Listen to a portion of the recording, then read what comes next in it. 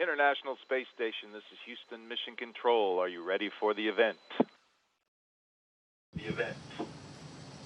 Houston Station, I am ready for the event. Chris Hadfield Public School, this is Mission Control in Houston, Texas. Please call the International Space Station for a voice check. Station, this is Sean Marks, principal of Chris Hadfield Public School. How do you hear me? Chris Hadfield Public School and Principal Marks. Hadfield Hawks, hello, I read you loud and clear.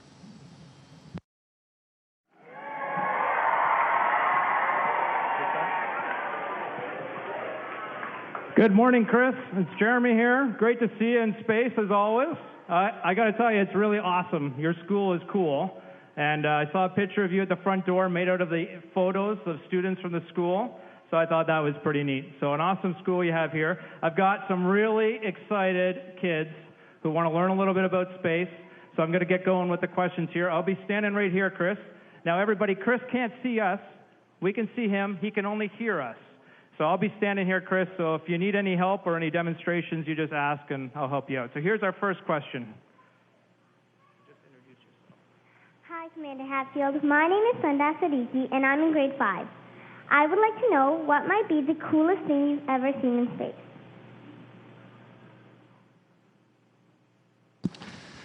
Good morning, Sundas. The coolest thing I've ever seen in space. Let's see. I think maybe the coolest thing I've ever seen in space is sunrise. When the sun comes up, Sundas, it is beautiful. We come around the world, and we sort of drive into the sunshine, and the whole horizon suddenly glows beautiful orange and every color in the rainbow, and then the sun bursts up, and the space station out these windows, the big solar arrays, suddenly they glow blood red, and then yellow and orange, and then blue as the light shines on them, and then suddenly we're in the daylight. And that happens so fast, and it happens 16 times a day. So I think the coolest thing is sunrise. Great question. And because Chris Hadfield is in space, it takes a few seconds for the answers for our questions to get to Chris, and then for the message to get back to us. Hi, Commander Hadfield. My name is Zofisha Siddiqui, and I'm in grade 3. I would like to know, do you think you are going to find something interesting up in space that you can use for science? If you do, what do you think it might be?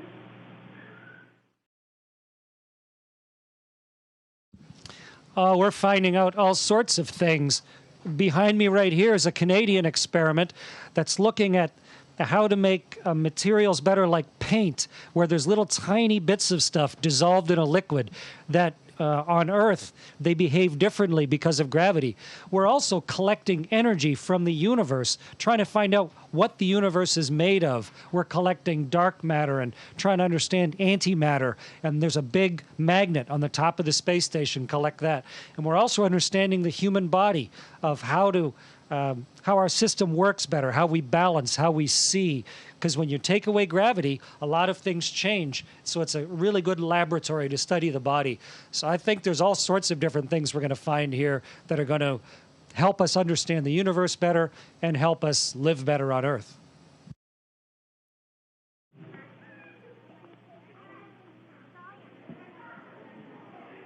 Hi, Commander Hadfield. My name is Riley Ford, and I am in grade 4. I would like to know, do you know if there are any living things in space?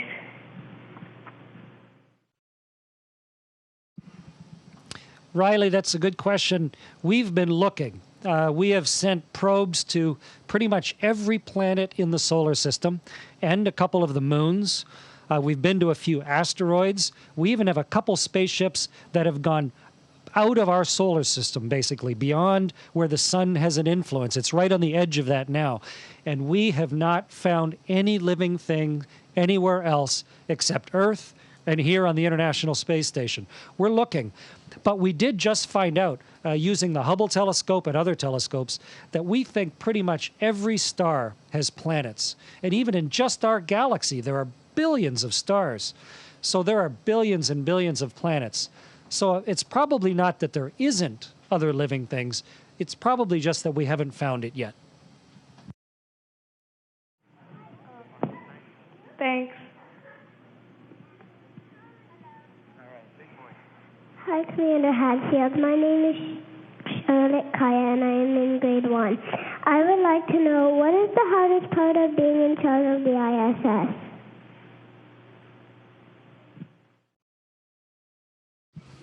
What's the hardest part of being in charge of the ISS? I think the hardest part is being ready all the time for things to go badly. Because when things are going well, it's easy to be in charge. When everybody's having a good time and nothing's broken, then it's not so hard being in charge. But you have to be ready all the time. You can't just be surprised when things go badly. And so I think the hardest part about being in charge is always being ready so that you can do the right thing when things go badly. And that might mean if a meteorite came through this wall right here now and we started losing pressure, or if we had a fire, or if somebody's family got sick, or something like that. So that's the hardest part, is always being ready for things to go wrong. Thanks. Okay, Chris, I think we're ready for a space trick. We got more questions, but maybe you could give us a quick space trick, a flip or something like that.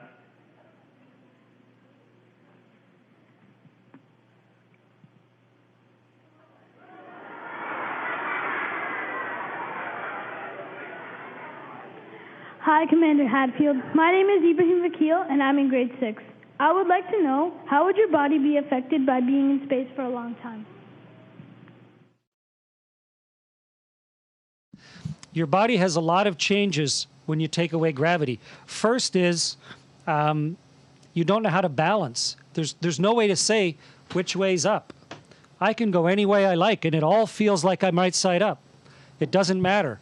So it's really confusing at first to have no up or down. Your body gets very confused by that. The next is gravity doesn't push your blood down to your feet anymore. So your whole fluid shifts. It's like standing on your head. So you get a big headache and everything moves up to your head. You get a big swollen head. But also your body decides, I don't need a strong skeleton anymore. And so you start to lose your skeleton. So we exercise really hard, 2 hours every day to keep our skeleton, our muscles strong. And the rest of it we just let sort of get used to being in space. My legs got really skinny up here in space because gravity's not pushing the blood down into my legs. There's no extra fluid there. But when I get home, it'll all change again, and I'll readapt to being an Earthling. But right now, I'm a spaceling.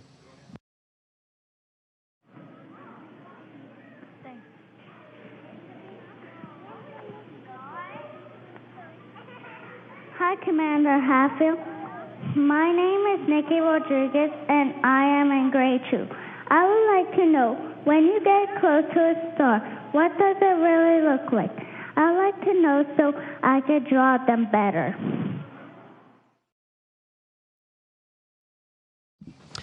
Stars come in all different sizes. Ours is just a little one. The sun is just kind of a little sort of yellow star. There are red ones. There are ones that look sort of brownish. There are huge white ones. There are some that look sort of blue. It depends on what chemicals are in them and how strong they are. But from the space station, you know what they look like? They look like perfect points of light, like an absolutely beautiful, perfect diamond of light. They don't even twinkle, just a piercing, brilliant point of light. That's what stars look like from here, because there's nothing in the way. In between my eyes and the star, there's nothing to stop the light. They're perfect. Thanks. Hi, Commander Hadfield. My name is James Campbell, and I'm in grade 8. It's said that when you go up in a spaceship, you move so fast that when you come back to Earth, you are 0.00001 seconds younger. I would like to know if that is true, and if so, how? One of the smartest people that we ever produced as a species, one of the smartest humans ever, was a guy named Albert. And Albert did the mathematics and figured that out. There was no way to prove his mathematics, but Albert figured it out. And he found that if you do the math, the faster you go, the slower time should go. And if you get up to the speed of light, the time slows way, way down. Now, light goes, when, the sun makes light, and it takes a few minutes to get to the Earth, but light goes 300,000 kilometers a second. 300,000 kilometers every second. That's how fast light goes. We're only going 8 kilometers a second. So you guys are going a lot slower than I am. So therefore, my time moves very, very slightly differently than yours. But if I was going way faster, then if a second went by for me, it might seem like a minute to you. And so when I came back to Earth, you'd be a lot older than I would. But we're not going anywhere near that fast. And I don't even know if I'll be able to tell the difference in my life of 0.0001 seconds. When we get going faster, maybe. But for now, we can't really even see the difference. And that Albert was Albert Einstein. Thanks.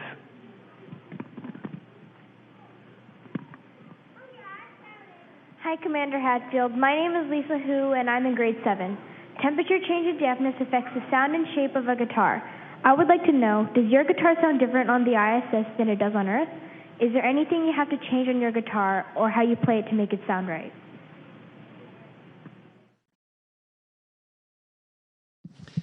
Yes, temperature and humidity affect a guitar like this one. And this is a wooden guitar. It's made in Vancouver. It's a Larry Vay guitar. But I find up on the space station that I have to tune it more often.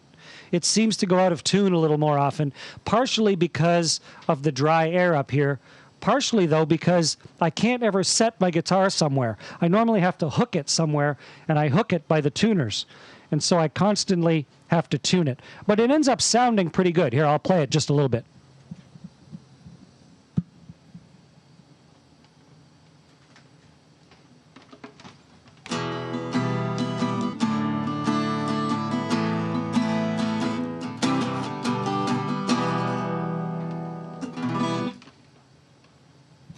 Sounds pretty good, actually.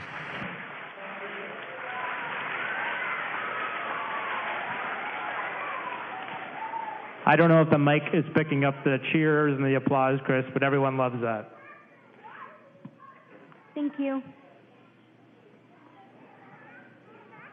Hi, Commander Hadfield. How might I become an astronaut? Say your name one more time. Sun, how should I say? That's a good question. How can you become an astronaut? Really, how can you become anything? How are you going to grow up to be the principal of Chris Hadfield Public School, or the mayor of Milton, or an airline pilot like my dad, or whoever? How are you going to grow up to be anything? Part of it, number one, is decide what you might want to be. Think about it. What might I want to be? Because it should be something that's really exciting to you, something that you really want to do. And then start turning yourself into that person. You can start to turn yourself into an astronaut today. And it doesn't happen just like that. You can ask Jeremy Hansen. It takes a lot of years. But every single decision you make turns you a little bit into the person you're going to be tomorrow, and the day after that, and the day after that. And so if you want to be an astronaut, you need to keep your body in shape. So you need to think about, not letting yourself get fat. Think about what you eat and exercise. You need to learn things. So you have to choose what courses to take and how you're going to study and what you're going to watch on TV. And you need to learn how to work. And so you might think about working around the house, or maybe doing a summer job, or delivering newspapers or something. And then later on, how, are you going to go to school? What job are you going to get? And day by day, it doesn't just choose to be an astronaut. You have to turn yourself into who you want to be. And so what I'd recommend is just start thinking about it, and then realize that the decisions you make every day turn you into who you're going to be tomorrow.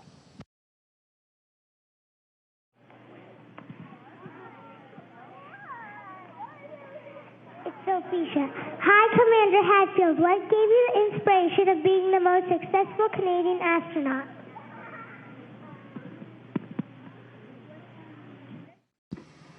Wow, the most successful Canadian astronaut. I don't know if I'm the most successful Canadian astronaut. I'm the one who's in space right now. But Marc Garneau flew 3 times in space, and he was our first Canadian in space. And Julie Payette, she was the chief engineer of the space shuttle. So she had to be responsible for everything on the space shuttle. So we've had a lot of very good, successful astronauts. But the things that I'm doing now, they're because I started working at it when I was your age. Before I was even 10 years old, I decided to be an astronaut. And I started working at it and studying and thinking about it and making my body ready for it. And I've been studying my whole life and training and really thinking about what I want to do with my life and then working towards it. And now, as a result, now I'm old. I'm 53, but now here I am having a chance to live and work and play guitar on board a spaceship and actually command a spaceship. So I think if there's anything that would make me a successful astronaut, it's because of pursuing my dreams and years of hard work.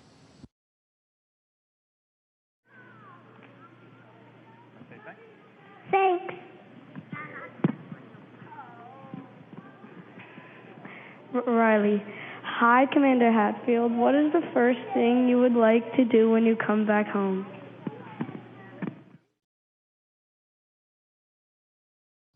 The first thing I'd like to do when I come back home is have a hot shower. Because on the space station, we don't have any running water. We just have a little tap to get drinking water out of. So when we want to wash, we just have to use washcloths or little cloths to clean ourselves off. And I really like standing under a hot shower and having hot water on me and being able to get clean that way. So that's something, I can still talk to my family from here and I can do good work and the food is good, but I can't have a hot shower or a bath. And that's what I think I'll like the most. Thanks. Hey, Chris, we can't help but notice the windows behind you. What do you see when you look out a window?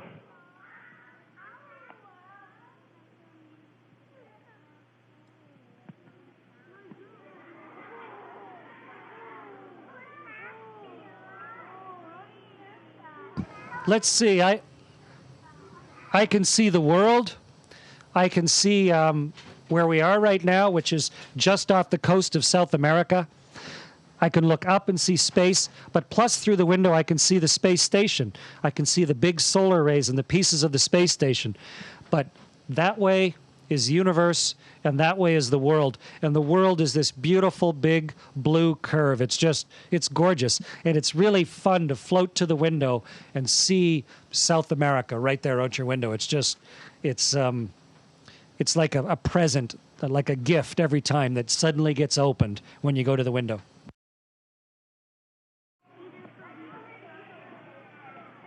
Hi, Commander Hadfield. Do you miss your family when you're in space?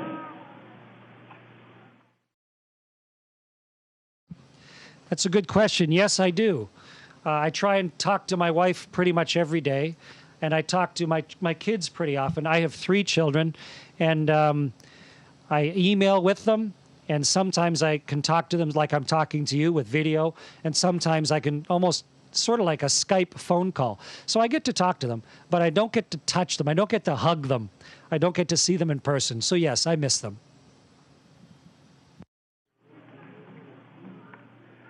So Chris, it looks like we only have 1 minute left, but wondered if you had anything else you wanted to pass along to us, and we'd love to see a couple more space tricks before we lose you today.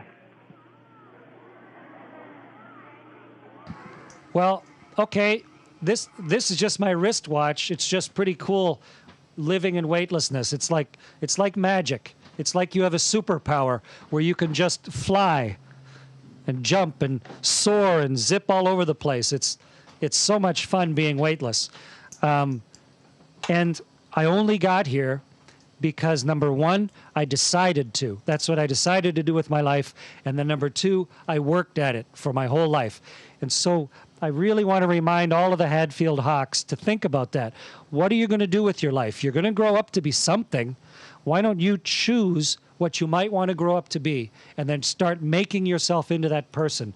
You can do it slowly, day by day. And with that, it is amazing. One day at a time, one step at a time, it's amazing where life can lead you. And Jeremy Hansen there with you and me here on the space station, we are both evidence of that. It was great having a chance to join you in Milton. Hi to everybody that's there in the room. And I'm going to do my best to get a good picture of Milton here as soon as the clouds clear and we're overhead. I look forward to seeing you when I get back.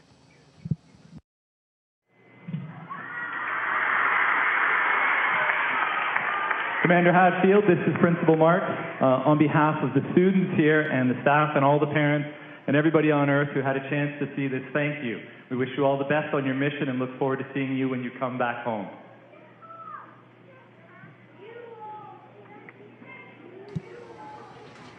Thank you very much. We'll play a little music on the way out.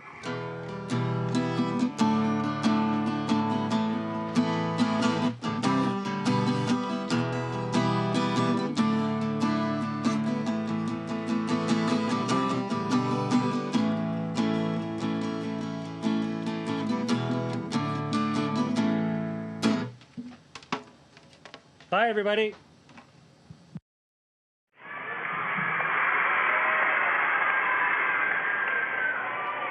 And station, this is Houston ACR. That concludes the event. Thank you.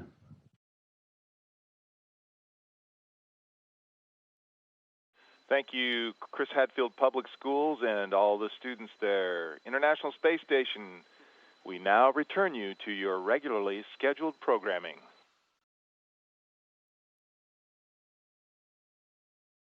Thanks, Clay. Thanks very much. That was fun. Nicely done.